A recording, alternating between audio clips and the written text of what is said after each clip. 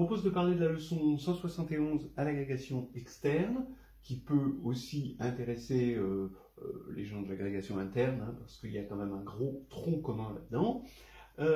C'est sur les formes quadratiques réelles, coniques, exemples et applications, au pluriel. Alors, bon, je vais tenter de faire un 6 minutes, et comme j'ai tendance à m'étendre un petit peu, ça va faire plus de 6 minutes. Mais voilà ce qu'il faudrait dire en gros dans une présentation de plan. Donc, on est sur Rn, une forme quadratique, on peut la voir sur Rn comme un polynôme homogène de degré 2. Voilà une façon d'introduire les choses. Mais si on est sur un espace E de dimension n, il faut vérifier que cette définition est indépendante du choix de base. Ce qui est vrai, parce qu'un changement de base, c'est homogène de degré 1, donc ça reste homogène ici de degré 2. Maintenant, si Q est une forme quadratique, donc un polynôme homogène de degré 2, qui ne dépend pas de la base choisie, alors il existe B, hein, une forme bilinéaire de E croix E dans R, donc qui va être bilinéaire, symétrique, et qui va vérifier B de XX égale Q de X. La symétrie est importante pour avoir justement l'unicité de B, et on l'appelle la forme polaire de Q. Alors, elle est très pratique, elle demande d'être en caractéristiques différentes de 2, ce qui est vrai pour R, et ici, elle nous fournit une application linéaire de E dans E étoile, qui à X associe la forme linéaire B de X truc, d'accord, qui à Y donne B de X Y. Alors, ça c'est fondamental, parce que ça permet de définir ce qu'on appelle le noyau d'une forme quadratique, le rang d'une forme quadratique, la matrice d'une forme quadratique dans une base, parce que ça relie avec la théorie des applications linéaires. On appellera ça donc respectivement le noyau de psi b, le rang de psi b, la matrice de psi b, mais là on choisit une base petit e de grand E et la base petit e étoile, la base duale hein, du dual de E. Donc maintenant qu'on a des bases, on a des matrices de changement de base et on peut commencer à faire des classifications. Alors, qu'est-ce qu'on peut faire avec un changement de base? Ici, on peut se ramener à une autre matrice, hein, que je vais appeler AQ', qui est égale à P transposé AQP. Hein, on était parti d'une matrice AQ qui définissait une forme quadratique, et on se ramène à une matrice A'Q dans une autre base, avec P, la matrice de changement de base. Donc c'est la méthode de Gauss qui nous aide à décomposer Q en combinaison linéaire de carrés de formes linéaires indépendantes, et qui permet, en prenant l'antédual, d'avoir une base dans laquelle la forme quadratique Q est diagonale. Alors ça, c'est intéressant, parce que la diagonalisation est vraiment facile et gratuite. Ça, c'est vrai sur n'importe quel corps de caractéristiques différentes de 2, mais sur R, on a la particularité que R étoile quotienté par R étoile carré, donc les carrés de R étoile, c'est juste 1 moins 1, c'est-à-dire le signe. Eh bien, ça nous apporte la notion de signature. Et on a le théorème de Sylvester qui dit que A va être congruente à une matrice D qui est diagonale avec que des 1, des moins 1 et des 0. Voilà. Son rang, évidemment, c'est le nombre de 1 plus le nombre de moins 1. Mais ce qui est fort dans le théorème de Sylvester, c'est que le nombre ici de 1, qu'on appelle S, le nombre de moins 1 étant T, le rang étant S plus T, S ne dépend pas de la base choisie. Parce que des bases dans lesquelles ceci s'écrit, il y en a énormément. Vous pouvez imaginer que quand il n'y a que des 1 ici, c'est-à-dire quand la forme est définie positive, alors les bases dans lesquelles la forme quadratique s'écrit sous cette forme-là, une diagonale avec le D1, c'est ce qu'on appelle des bases orthonormées. Eh bien, justement, il y a beaucoup de bases, mais il y a très peu de S possibles. Pour une forme quadratique donnée, S ne dépend pas de la base choisie, ne dépend que de la forme quadratique. Et S, c'est le max de dim F, où F, c'est un sous-espace sur lequel Q est défini positive, c'est-à-dire Q de X est strictement positif pour X différent de 0. Donc, on a en particulier donc, la notion de forme définie positive, et dans les formes définies positives, on a l'inégalité de Cauchy-Schwarz. Sylvester peut s'interpréter agréablement de la façon suivante. On a une action de GLN par congruence sur les matrices symétriques, et les orbites sont indexées par la signature. Voilà. Donc, ça veut dire qu'il y a une matrice de forme normale comme ceci, dans chaque orbite, et une seule, Et donc, il est intéressant de connaître son stabilisateur. Et le stabilisateur, c'est un sous-groupe, on le sait, qu'on appelle OST, et qui, en particulier, quand on regarde la matrice IN0, donc avec que des 1, eh bien, c'est O de N. Alors ensuite, on peut regarder l'action de congruence de O de N, justement, sur l'espace des matrices symétriques, réelles, et là, on a un invariant intéressant, ce sont les valeurs propres, parce qu'il se trouve que O de N, quand on agit par congruence sur O de N, si P appartient à O de N, c'est-à-dire que si on fait un changement de base orthonormé, P transposé est égal à P-1. Donc, être congruent, c'est aussi être semblable. Voilà. Et donc, on a comme invariant les valeurs propres réelles. Et le théorème spectral dit que, ou le théorème d'orthogonalisation simultanée, dit que deux matrices symétriques sont O de N congruentes, ou O de N semblables, si vous préférez, si et seulement si elles ont même valeur propre, même spectre. Voilà. Alors, voici des applications de tout ça. Alors, forme de Hankel, quand j'étudie un polynôme réel, je peux compter le nombre de racines réelles, le nombre de racines avec multiplicité, grâce à une forme quadratique, c'est assez intéressant. La quadrature de Gauss, c'est-à-dire quand on a un polynôme réel, on peut calculer des intégrales de ce polynôme grâce à une orthogonalisation de certaines formes sur l'espace des polynômes. On a aussi des exemples intéressants sur les matrices, avec la forme trace. Trace, donc M donne trace de M transposé M. Par exemple, on peut calculer, pour la norme 2, et à l'aide de la décomposition polaire, la distance de la matrice nulle au groupe SLN de R. Voilà. Bien sûr, il faut parler de l'étude des coniques, c'est-à-dire qu'on a le groupe affine qui agit sur les coniques, et on peut avoir des invariants des coniques grâce au théorème de Sylvester.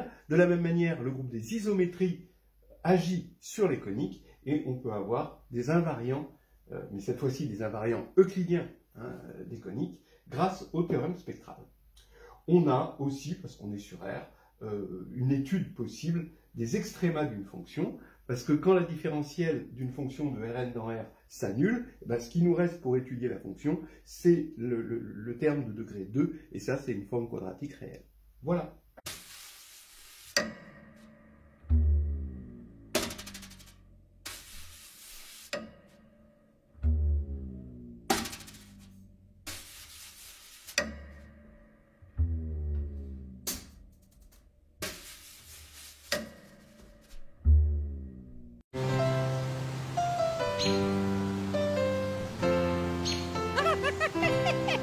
Alors, dans le cadre de la leçon de 171, donc on a déjà fait le 6 minutes, on va tout de suite parler des pots de banane. Il y a quand même des grosses pots de banane classiques et même attendues par le jury. Alors, essayez de faire en sorte de ne pas tomber dedans parce qu'elles sont trop classiques. On sait que ça va tomber, quoi. Le jury prévoit le truc. C'est comme le coup de l'aveugle et du râteau, quoi. Alors, on va regarder, j'en ai mis 5, en fait il y en a 4, parce que ces deux-là, elles sont équivalentes. Premièrement, il ne faut pas confondre le noyau de la forme quadratique et le cône isotrope. Parce que le noyau de la forme quadratique, on a envie de dire, c'est l'ensemble des x tel que q de x égale 0. Non, c'est pas ça le noyau de la forme quadratique. On avait dit qu'il y avait une application psi b, donc à une forme quadratique, à la forme polaire b, et psi b qui va de E dans E étoile, et qui à x donne la forme linéaire b de x truc. Voilà.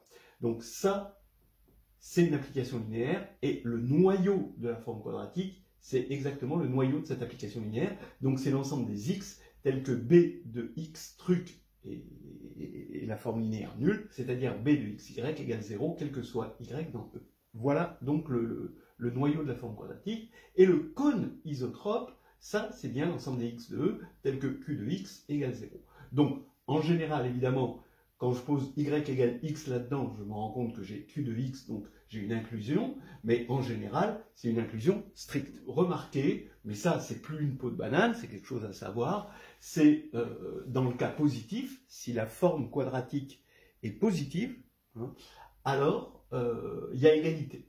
Et ça vient du Cauchy-Schwarz, parce qu'on a une inégalité de Cauchy-Schwarz dans le cas positif, qui se montre exactement comme dans le cas défini positif, et on se rend compte, grâce au fait que b de xy, comme ceci au carré, est inférieur, donc ça, c'est supérieur à 0, hein, est inférieur à q de x, q de y, on se rend compte que si x est dans le cône isotrope, alors b de xy égale 0, quel que soit y. Donc on a l'inclusion inverse grâse à Cauchy-Schwarz. Voilà. Mais bon, ça, attention, c'est pas une peau de banane, hein, ça, si vous le savez, c'est bien, quoi, voilà. Deuxième peau de banane, non dégénéré ne veut pas dire défini positif. Souvent, les choses sont confondues. On sent que les candidats ont tellement travaillé avec du défini positif que quand arrive le non dégénéré, il y a une confusion qui s'est déjà faite. Ben non. Hein, par exemple, si vous prenez une forme quadratique sur le plan R2 de signature 1,1, d'accord, donc par exemple la forme quadratique x2 moins y2, qui s'écrit matriciellement 1 moins 1 en diagonale, comme ça, dans la base canonique de R2, eh bien, cette matrice-là, ben, c'est non dégénéré, évidemment, parce que le déterminant ici est nul, et ce n'est pas défini positif, puisque Q de E2, hein, le deuxième vecteur de la base canonique, est égal à moins 1 négatif. Voilà. Donc, surtout, ça, ce serait vraiment horrible de confondre les deux. Ensuite, deux peaux de banane qui sont conjointes. Si Q est non dégénéré, on n'a pas forcément la restriction de Q à F non dégénérée. Elle peut être parfois, accidentellement, on va dire, dégénérée. Voilà. Hein. Regardez ici, vous prenez cette forme quadratique, et vous regardez la restriction à la droite engendrée par E1 plus E2. E1 plus E2, Q de E1 plus E2, ça fait Q de E1 plus Q de E2 plus 2 fois B de E1, E2, de 0. Donc ça fait 1 moins 1, ça fait 0. Donc ça veut dire que sur cette droite-là, ça va être nul. Donc vous voyez qu'on avait une forme non dégénérée, mais on regarde sur la première bisectrice, et tout d'un coup, la forme devient dégénérée. Et ça, pareil, c'est la même chose que ça, c'est-à-dire qu'on a tellement l'habitude du défini positif, on sait que quand Q est défini positif, alors la restriction de Q à un sous-espace est encore définie positif, parce que ça c'est la positivité. Donc si c'est vrai quel que soit x dans E, ça c'est vrai quel que soit x dans F, puisque F est inclus dans E, c'est tout. Voilà. Alors pareil, quelque chose qui est très trompeur, la dimension de F orthogonale est égale à la codimension de F. Ça, on le sait quand Q est non dégénéré. Sinon, la dimension de F orthogonale peut devenir plus grande. Hein. On peut rajouter des choses qui sont de l'ordre du noyau. Alors, si Q est non dégénéré, on a ça. Donc, on imagine que F et F orthogonale sont en somme directe. Eh bien non, hein, c'est pas vrai, hein, d'accord, parce que l'intersection, on peut avoir ici F inter F orthogonale non nulle. C'est exactement ce qui se passe dans l'exemple ici de la première bisectrice, hein, pour cette forme quadratique-là. D'accord ? Parce que F, là, dans ce cas-là, la première bisectrice, eh bien, la dimension de son orthogonale, c'est 1, puisque c'est 2 moins 1, d'après cette formule, parce qu'on a une forme non dégénérée, mais la droite orthogonale, c'est elle-même. Donc, c'est pas en somme directe. Voilà. En fait, en général, l'intersection de F et de F orthogonale, c'est le noyau de la restriction de la forme quadratique à F. Voilà. Alors, bon, ces points-là, quand même, se ressemblent un petit peu. C'est un petit peu les mêmes candidats qui font ces confusions. Donc, faites attention à ces confusions-là. Finalement, la confusion, c'est de croire que tout se passe comme le défini positif. Non, il y a des choses qui ne se passent pas comme ça. Dans le défini positif, on fait des tas de récurrences sur la dimension en regardant l'orthogonale. Bon, vous avez des tas d'exemples de preuves comme ça, comme une preuve du théorème spectral qui utilise ça. Ou alors une preuve du théorème des endomorphismes normaux, des choses comme ça. Quand on est dans le défini positif, on a toujours une somme directe. Mais ce n'est pas vrai en général. Donc faites bien cette distinction, hein, pour pas rentrer dans les statistiques. Maintenant, dernier point important, et là encore très classique, les gens disent classification des coniques. Donc regardez, conique fait partie du titre Et aux grandes dames de pas mal de candidats, et même, je dirais, aux grandes dames du jury, hein, on est dans la même galère dans cette histoire. On n'a pas plus fait une formation réelle sur les coniques quand on était jeune que vous. Bon, voilà. Mais la classification des coniques, il faut savoir ce que veut dire le mot classification quand on fait des mathématiques. Quand on dit classification, ça veut dire quelque chose. C'est pas juste les coniques, c'est classification. Que veut dire classification? Et souvent, on se retrouve dans un espèce de langage de sourds entre le jury et le candidat, où le jury dit « qu'appelez-vous classification des coniques ?» Et le candidat dit « c'est les coniques ». Non, on est en train de parler de la classification des coniques. Alors là, il y a une différence. Le jury peut poser aussi comme question de quelle classification vous parlez. Il y en a plusieurs de classifications des coniques. Et là, on perd le candidat. Alors, la chose est très simple et tient en une phrase et son corollaire. La phrase, c'est que si C est une conique, ça veut dire l'ensemble des solutions d'une équation à deux inconnus, dans R, X et Y, de degré 2, mais pas homogène, pas forcément homogène, hein, donc de degré 2. Donc si C est une conique et si G est un élément du groupe affine, GA2, donc, qui agit sur R2, forcément en agissant sur R2, il agit directement sur la conique. Hein, d'accord, vous avez G et C, on lui associe G2C. Et qui va être une conique aussi, parce que G c'est un élément du groupe affine, donc c'est une transformation de degré 1, et là c'est du degré 2, donc là ça va vérifier aussi une équation de degré 1, parce que ça c'est inversible, bon, on peut le voir très facilement. Bref, G2C est une conique. Et maintenant, puisqu'on a une action de groupe sur les coniques, du groupe G de A2 sur les coniques, on a des orbites. Et donc on veut classifier les orbites pour cette action. C'est-à-dire, pour nous, ça va être la même chose si on est dans un élément de l'orbite ou dans un autre élément. Et on appellera ça hyperbole, ellipse ou parabole, ou alors des cas dégénérés comme des droites parallèles, des droites confondues, etc. Donc maintenant, le corollaire, c'est que, donc, d'abord, ce que ça veut dire, la classification, c'est la classification des orbites d'une action. Voilà. Mais le corollaire, c'est qu'il y a plusieurs classifications selon le groupe que l'on prend. On pourrait prendre GA2, on pourrait prendre le groupe affine, mais on pourrait prendre le groupe des isométries. Et là, bien sûr, il y a beaucoup plus d'orbites qui sont beaucoup plus restreintes et qui vont avoir des invariants. Voilà. Donc là-dessus, il faut savoir ce que c'est que classification affine ou euclidienne. Bon, après, on peut aller plus loin, mais c'est inutile. Il y a aussi une classification par les similitudes, où la notion d'excentricité va apparaître.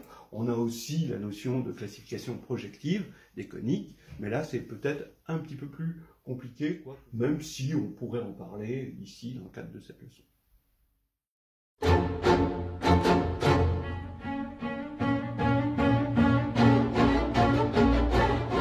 Alors, toujours sur la leçon 171 sur les formes quadratiques réelles, voici quelques questions de jury. C'est des questions authentiques de jury qui sont posées.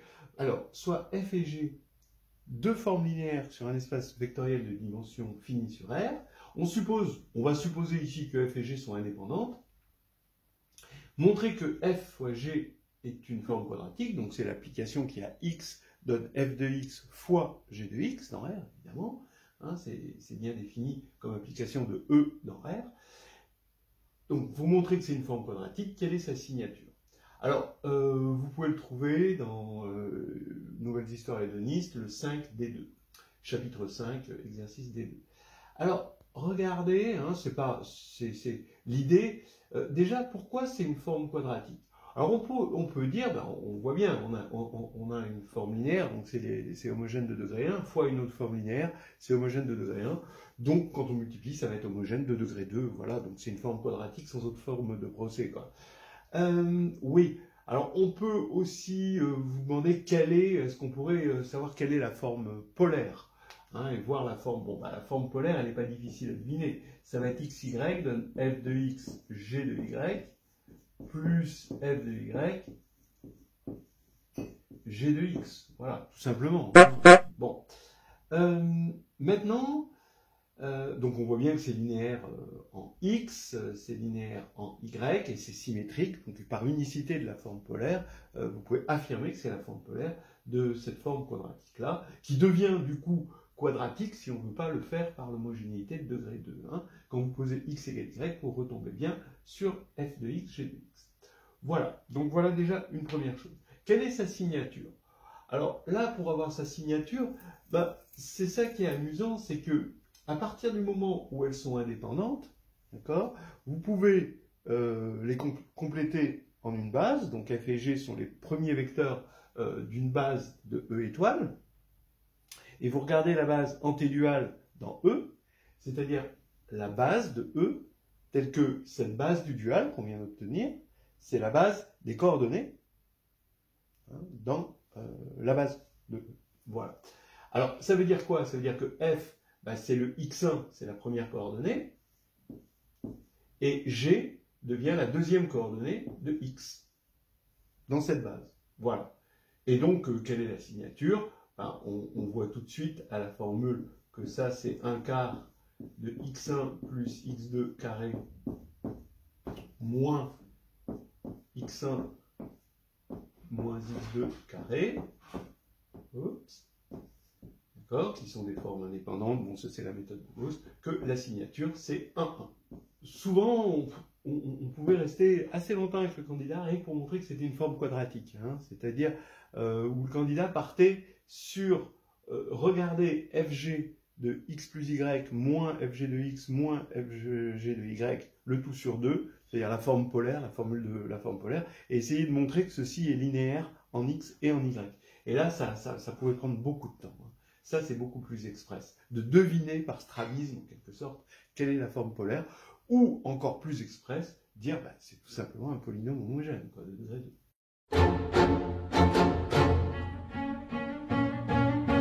Deuxième petite question de jury. Pourquoi une matrice symétrique définie positive peut s'écrire sous la forme P transposée, identité P? D'accord.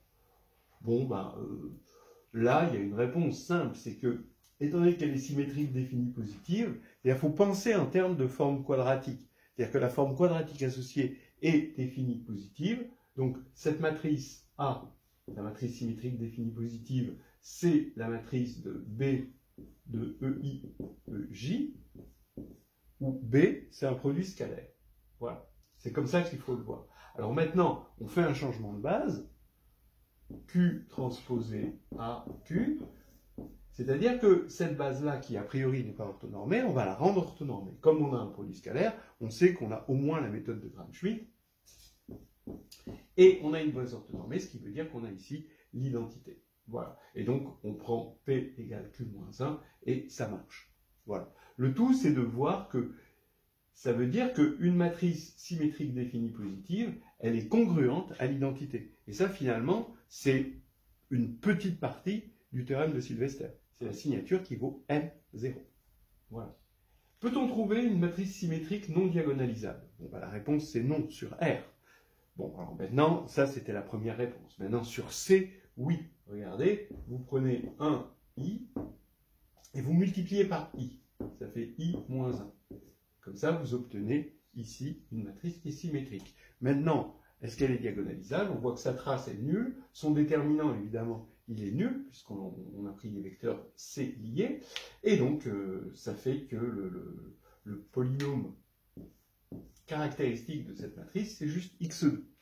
Bon, voilà, hein, donc elle est nilpotente. Comme elle est nilpotente non nulle, elle est non diagonalisable. Alors, montrez maintenant que si A appartient à Sn++, donc c'est des matrices symétriques définies positives, alors toutes ces matrices, ces sous-matrices principales, sont encore dans Sn++.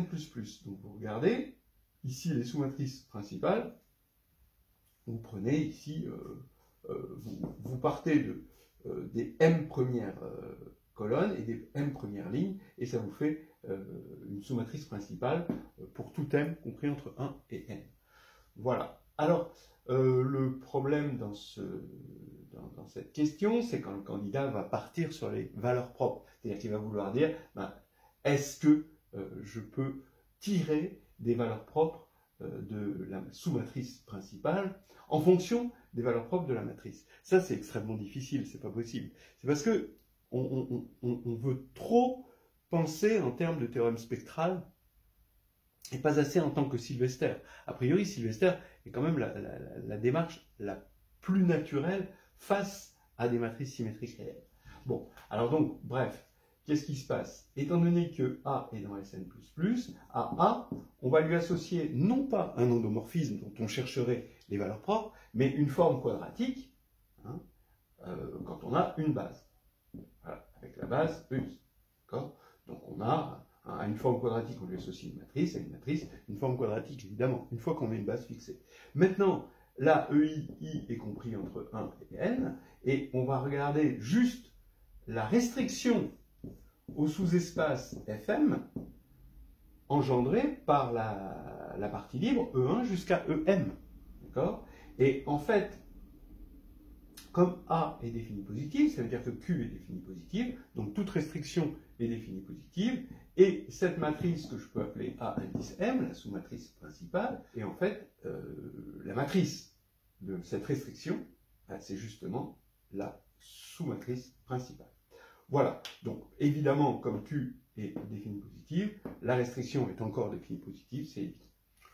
Voilà. Une autre question de jury, pourquoi une forme quadratique définie?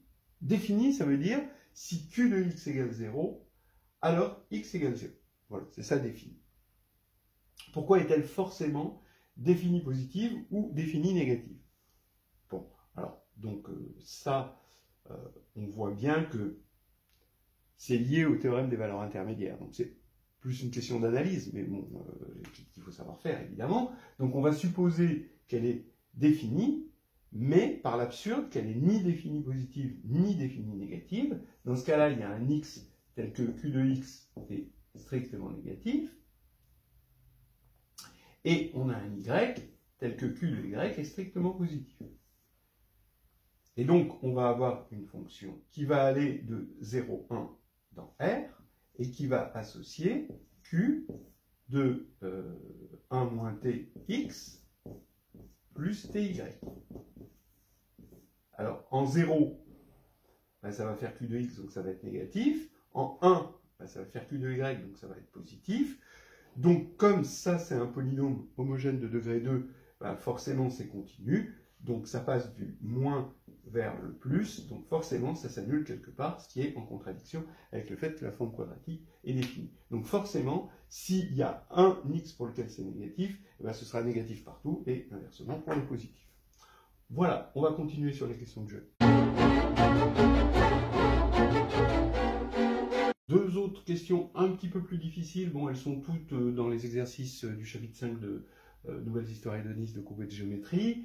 Vous avez soit Q, une forme quadratique réelle de signature ST, on va supposer qu'elle est non dégénérée, c'est-à-dire S plus T égale N, hein, la dimension de l'espace ambiant, et F, un sous-espace vectoriel tel que Q restreint à F et la forme quadratique nulle. Il faut montrer que la dimension de F est inférieure ou égale au min de S et T. Et est-ce qu'on peut trouver un F qui assure le cas d'égalité?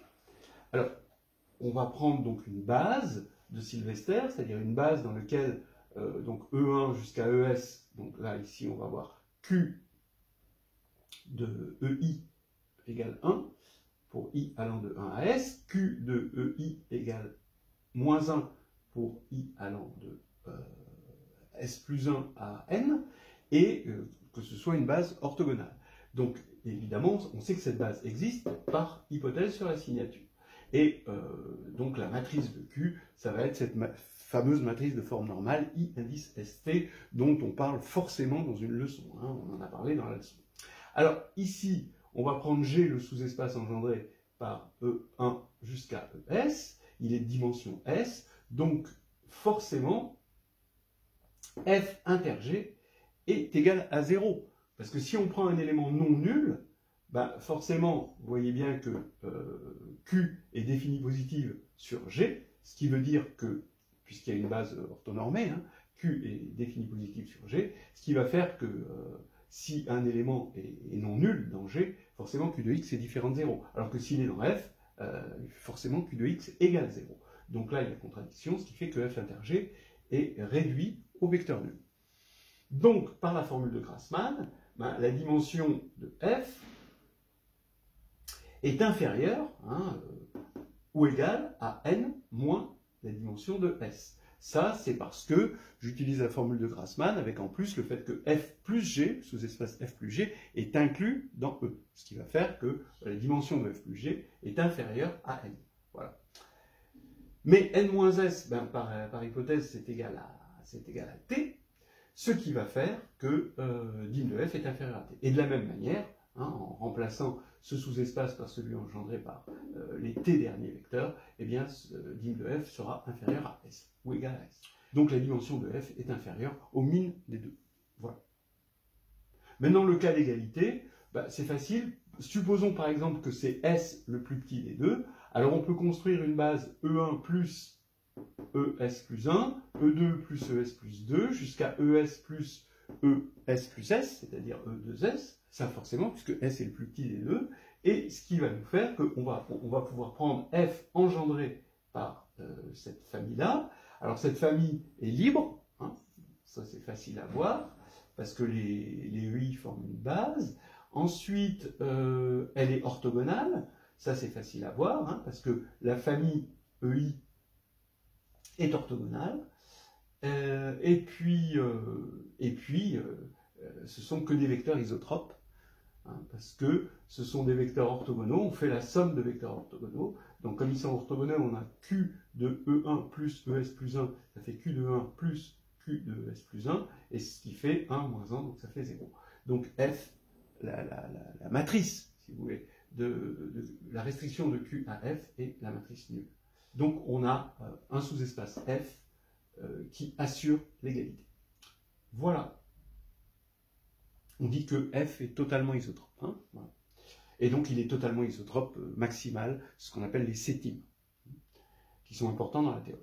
Alors maintenant, l'autre exercice, pareil, on peut le trouver dans NH de G2, M donne trace de M carré. Donc c'est une forme quadratique sur l'espace des matrices.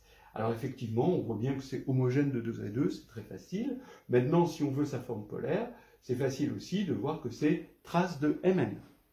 Alors on aurait pu dire 1/2 de trace de Mn plus trace de Nm, mais comme trace de Mn c'est égal à trace de Nm, ça fait trace de Mn. Voilà, donc on voit bien que c'est une forme quadratique, et on demande quelle est sa signature. Et bien la signature, au final, j'affirme que c'est, donc la signature, ça va être, pour les positifs, n plus 1 sur 2, et n moins 1 sur 2. Alors pourquoi? Parce que, en fait, on va avoir un sous-espace sur lequel Q est défini positif, un sous-espace sur lequel Q, bon j'appelle Q cette forme-là, est défini négatif, et attention, c'est là le piège, c'est qu'on croit que ça suffit. Non, ça ne suffit pas. Il faut montrer que ces sous-espaces sont orthogonaux. Voilà. Alors je vous rappelle que la trace de M transposé M, c'est la forme euclidienne canonique sur l'espace des matrices, puisque quand on fait le calcul, on tombe sur la somme pour tous les IJ de MIJ au carré. Voilà. MIJ, c'est les coefficients de M, de grand M. Voilà. Alors ça, on a tout de suite du coup que ça va être positif sur Sn de R, parce que si on regarde la trace de S carré, eh ben, c'est la trace de S transposé S, donc forcément ça va être défini positif, et la trace de A carré, c'est la trace de, si A est antisymétrique, c'est la trace de moins A transposé A. Donc c'est moins la trace de A transposé A, donc c'est une forme définie négative. Voilà, donc on a déjà le premier point. Et maintenant, il faut montrer qu'ils sont orthogonaux pour la forme polaire. Et orthogonaux, donc la forme polaire, je vous rappelle que c'est au couple Mn, on associe la trace de Mn, et vous allez calculer trace de AS, et il faut montrer que c'est égal à 0. Toujours, quel que soit A dans antisymétrique et S symétrique. Mais là, regardez, on va utiliser le fait que la trace est stable par transposition, et ça va nous éviter les calculs. Regardez, trace de AS, c'est trace de la transposée de AS. Mais ça, c'est S transposé, A transposé. S transposé, c'est S, A transposé, c'est moins A par construction. Ça fait trace de moins SA. Donc ça fait moins trace de SA. Mais trace de SA, c'est trace de AS. Donc ça fait moins trace de AS. Donc ça veut dire que trace de AS est nulle. Voilà.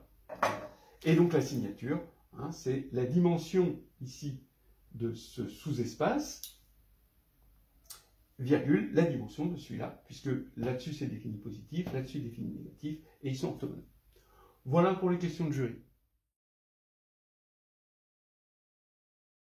Alors voilà, un dernier volet sur cette leçon 171 avec les développements possibles, les suggestions de développement. Mais avant tout, un petit erratum. D'abord, j'avais parlé dans la dernière vidéo des formes définies, c'est-à-dire des formes quadratiques telles que sur R, telles que Q de x égale 0 implique x égale 0, et qu'elles sont forcément soit définies positives, soit définies négatives. Voilà.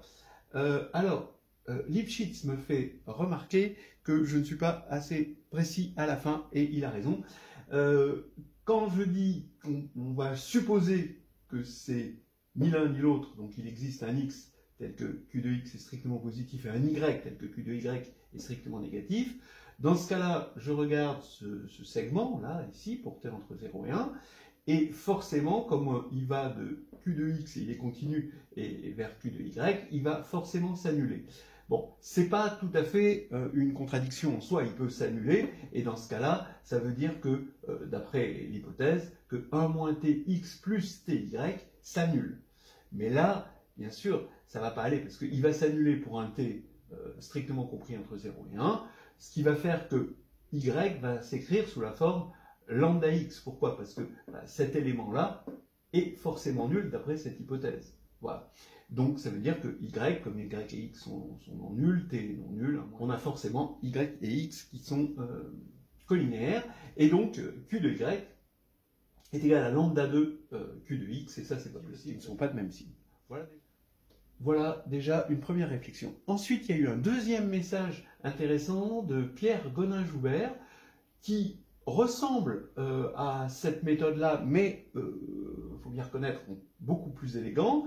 Bon, pour n égale 1, c'est pas un problème, mais on va regarder lorsque n, la dimension de l'espace ambiant, est strictement supérieure à 1, et bien dans ce cas-là, E, l'espace ambiant, l'espace réel, moins 0 est un connexe, évidemment, et donc, bon, finalement, c'est le TVI, hein, c'est le théorème des valeurs intermédiaires, mais c'est vu de façon plus jolie, Q de E moins 0 est un connexe de R. Mais mieux que ça, d'après l'hypothèse ici, étant donné qu'on a enlevé 0, ici on ne peut pas avoir 0, d'accord, par contraposé, et donc c'est un connexe de R étoile. Comme c'est un connexe de R étoile, il ne peut se situer, il ne peut être qu'un intervalle, bien sûr, mais c'est un intervalle soit de R plus étoile, soit de R moins étoile. Et donc ça peut être soit défini positif, soit défini négatif.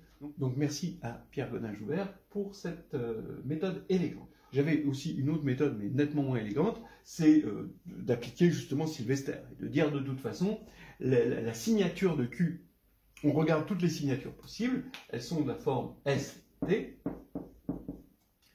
Alors par hypothèse, S plus T, qui est le rang de la forme, est égal à n tout entier, parce que la forme est forcément non dégénérée. Et si S est strictement positif et T strictement positif, on va avoir un vecteur donc EI de la base de Sylvester tel que Q de I égale 1, un vecteur EJ tel que Q de EJ égale moins 1 à cause de ça. Les vecteurs de la base de Sylvester vérifient évidemment qu'ils sont orthogonaux, et ce qui va nous faire que Q de EI plus EJ est égal à, en développant, ça fait 1 moins 1 plus 2 fois 0, ça fait 0. Voilà, donc ce qui fait que forcément, d'après ça, les signatures possibles sont n0, donc défini positif, ou 0n, donc défini négatif.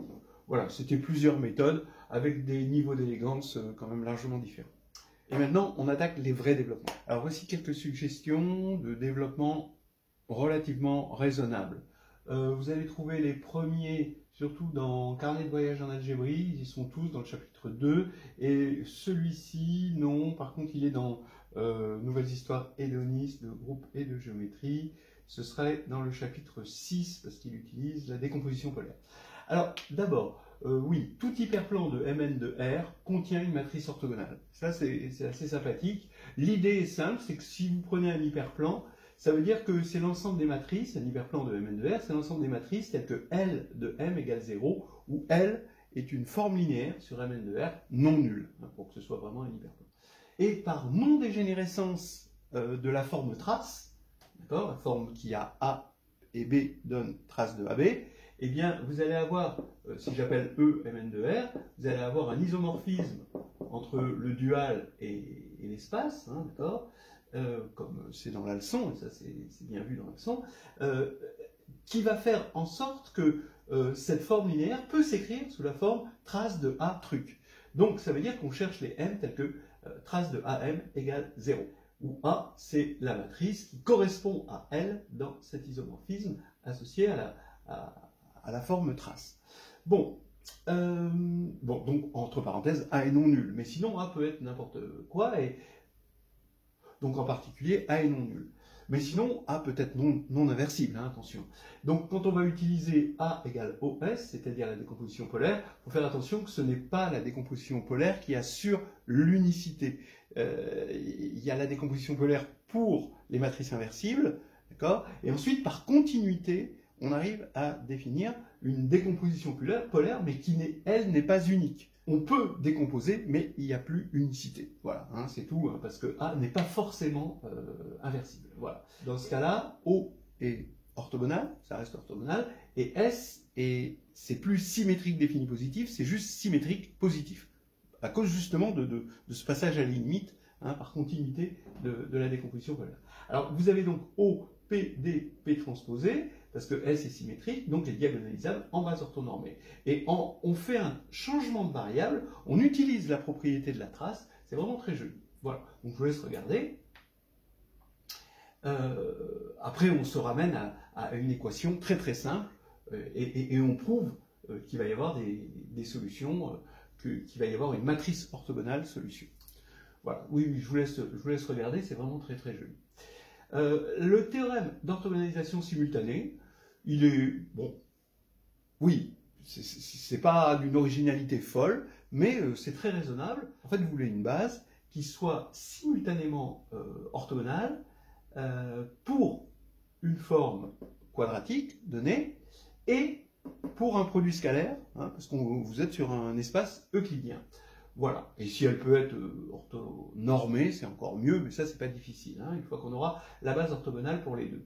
Donc l'idée, c'est de comparer, hein, regardez, ces deux formes. Et quoi de mieux que de regarder la fonction Q, qui est continue, sur la sphère, mais cette fois-ci, la sphère pour la forme euclidienne, évidemment, parce que c'est la sphère pour le produit scalaire. Et donc, comme c'est continu sur la sphère qui est compacte, eh bien, il va y avoir un max lambda. Et donc, on va pouvoir écrire lambda x, donc l'application de E dans R, qui a x de E associe lambda xx moins q de x. Eh bien, sur la sphère, par maximalité de lambda, eh bien ça va être une forme qui va être positive. Et comme elle est positive sur la sphère, par homogénéité de degré 2, hein, on va avoir une forme positive sur toutes. Et là, on peut appliquer Cauchy-Schwarz, qui va nous dire que Cauchy-Schwarz, parce que bon, je vais appeler Q lambda cette forme quadratique-là, ça c'est bien une forme quadratique, et Cauchy-Schwarz va me dire que si je suis orthogonal à U pour Q, alors je suis aussi orthogonal à U pour la forme, pour le produit scalaire. Et ça va nous faire le début d'une récurrence et on obtient l'orthogonalisation simultanée. Regardez, hein, je vous conseille de regarder en détail, mais c'est très très raisonnable. Hein. Il y a une variante de ça où on remplace cette différence par Q de x divisé par xx sur E moins 0. Et bon, où on va dire il va y avoir un max sur la sphère et on va prendre la différentielle. C'est joli aussi. Les deux sont dans le carnet de voyage en Algérie. Le critère de Sylvester, pour calculer la signature. Comment calculer une signature? Vous allez me dire, il y a la méthode de Gauss, elle est très bien, mais voilà une autre méthode par les mineurs principaux. On va supposer qu'on est sur un ouvert de l'espace des matrices symétriques, et c'est l'ouvert défini par les mineurs principaux non nuls. Alors les mineurs principaux, c'est les déterminants des matrices, des sous-matrices principales. Hein, d'accord? Donc on regarde la matrice en partant de là et en se fixant ici un élément, un nombre là, une taille de matrice, mais on part toujours d'ici. Donc vous allez avoir n, sur une matrice Nn, vous allez avoir n mineurs principaux, vous supposez tous qu'ils sont non nuls. Alors on peut calculer, par les changements de signe des mineurs principaux successifs, la signature d'une matrice symétrique. Et c'est basé sur quoi? C'est basé sur le fait que quand vous allez prendre, donc c'est une récurrence, et quand vous allez prendre la sous-matrice principale, ici Sn-1, donc là vous avez votre matrice S, avec cette sous-matrice principale Sn-1, là vous avez des éléments, étant donné que delta n-1 est différent de 0, ça veut dire que votre forme quadratique associée à S, dans la base canonique, va être telle que S sur l'hyperplan qui est ici, pour les EI, I de 1 à n-1, d'accord, sur cet hyperplan, est non dégénéré, puisque le déterminant est non nul. Et comme c'est non dégénéré, alors, ici, je l'ai mal écrit, mais ici, cet hyperplan est en somme directe avec l'orthogonale. C'est un si et seulement si d'ailleurs, hein, mais bon, on ne se sert pas du si et seulement si, ça implique. Et ici, c'est de dimension 1, engendré par un certain élément E'(n). Donc ici, vous allez avoir E1 jusqu'à En, et là, au lieu de prendre En, vous prenez E'(n), hein, cette orthogonale-là. Donc vous regardez Q, votre forme quadratique associée à S, dans la base canonique, puis dans une base adaptée à cette décomposition-là. Donc ça va être congruent, et vous allez pouvoir dire que comme c'est congruent, les déterminants sont de même signe. Voilà. C'est assez joli aussi, et ça permet de calculer la signature d'une matrice grâce à des changements de signe. Et oui, ça demande que cette matrice vérifie que les mineurs principaux sont non nuls. Donc ça, c'est quand même un ouvert, et en plus, c'est pas difficile de voir que c'est un ouvert dense, donc, comment dire, c'est pas trop fantaisiste hein, comme critère. Il y a le développement, joli développement, sur les formes de Hankel, où P est un polynôme réel, on part d'un polynôme à coefficient dans R, et on veut savoir combien il a de racines distinctes, combien il a de racines réelles. Eh bien, Hankel propose une forme quadratique sur l'espace Rn+1, ou si vous voulez, qu'on peut traduire en une forme quadratique sur l'espace des polynômes de degré inférieur à ou égal à n, ou n degré de p. Et cette forme qu'il propose a pour signature st. Donc on calcule sa signature, par exemple par le critère de Sylvester. Bon, voilà. Et on sait que s plus t, ce sera le nombre de racines distinctes du polynôme p, et s moins t, le nombre de racines réelles. C'est vraiment assez magique. C'est bon, voilà, c'est un truc que je conseille de regarder. C'est un truc de bon niveau. Et puis là, un niveau encore un petit peu plus affiné. Donc à chaque fois qu'on a une forme quadratique réelle, non dégénérée, elle sera de signature st, avec s plus t égale n, la dimension de l'espace ambiant, et on pourra regarder le groupe orthogonal de cette forme quadratique qui va être isomorphe à O de st, donc c'est-à-dire le stabilisateur pour l'action de congruence de la matrice IST, la matrice de forme normale avec que des 1 et des moins 1, et cette fois-ci il n'y a pas de 0, parce qu'on est parti d'un truc non dégénéré, eh bien O de ST, c'est un groupe évidemment, un sous-groupe de GLM, et il est homéomorphe, alors attention c'est homéomorphe, c'est pas isomorphe en tant que groupe, hein, c'est juste homéomorphe comme espace topologique, à O de S, donc ça c'est le groupe orthogonal en dimension S, croix O de T, groupe orthogonal en dimension T, croix R puissance ST. Voilà, ça c'est quelque chose d'assez intéressant et ça utilise la décomposition polaire, les propriétés de l'exponentielle, etc. C'est un truc, vous pouvez le trouver dans le chapitre 6 de Nouvelle Histoire hédoniste de groupe et de géométrie. Et voilà, j'ai fait... Après, il y en a des plus difficiles, il y en a sur la théorie des représentations qui sont pas mal, mais c'est quand même beaucoup plus haut perché. Voilà, on a dit à peu près tout ce qu'il fallait dire sur cette leçon 171. Je pense qu'on a fait le tour du problème. Mais regardez-la bien parce que pour la plupart des candidats, c'est quand même une leçon difficile. Et pour le jury, elle est moins difficile. Le jury est plus habitué, il a plus ça dans son ADN que les candidats. Donc il faut regarder un certain nombre de points. Hein, c'est pour ça que j'ai essayé d'insister un petit peu sur cette leçon. Voilà, on s'arrête là.